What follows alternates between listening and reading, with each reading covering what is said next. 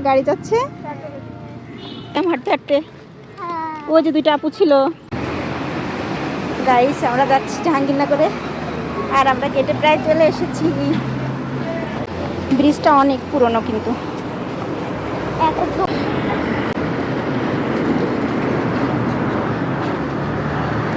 আমরা এখন যাচ্ছি টিএসসিতে। অনেক দিন আগে একবার টিএসসিতে আসছিলাম।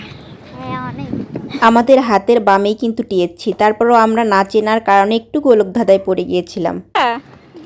তোমার মনে আছে আমরা পহেলা বৈশাখ এখানে আসছিলাম হাঁটতে হাঁটতে? ওই যে দুইটা আপু ছিল।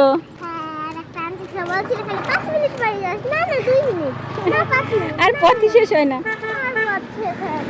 ওই যে সেই জায়গা দেখছো, দেখো। এইখানের ভিউটা কিন্তু প্রচন্ড সুন্দর লাগছিল, মনে হচ্ছিল যে ভাস্কর্যের উপর থেকে কেউ একটা লাইট দিচ্ছে। আমরা সবাই যখন একসাথে থাকি তখন নিজেদের প্রচন্ড স্বাধীন মনে হয়, আর তাই ঘুরতেও খুবই ভালো লাগে।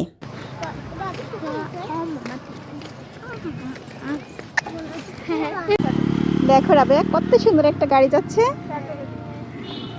দেখতে পাচ্ছ? অনেক সুন্দর, তাই না? আমার যদি এরকম একটা গাড়িতে সারা দিই, আমি তো সারা ঢাকাটা ঘুরতে হবে। গায়ে হাওয়া লাগতো, তাই না? হ্যাঁ, অনেক হাওয়া। এইখানে এই শহীদ মিনারটা দেখতে কিন্তু খুবই সুন্দর ছিল। তাহলে আমরা ওই যে ইসের মধ্যে উঠে যাবো, তারপর আমাদের টিভিতে দেখাবে। তোমার টিভিতে দেখাবে? টিভিতে দেখার লোভ করতেছো? তোমাকে টিভিতে দেখাবে।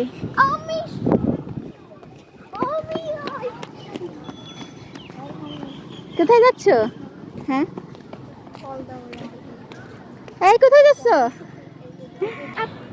আমি এখানে শুট করব না। কি শুট করবা এখানে?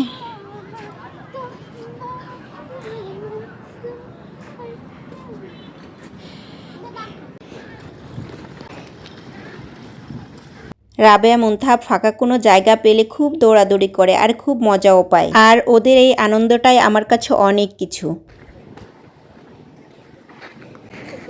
সুন্দর লেখা আছে না, সামনে কিছু লেখা নাই, চিরকুট লেখা।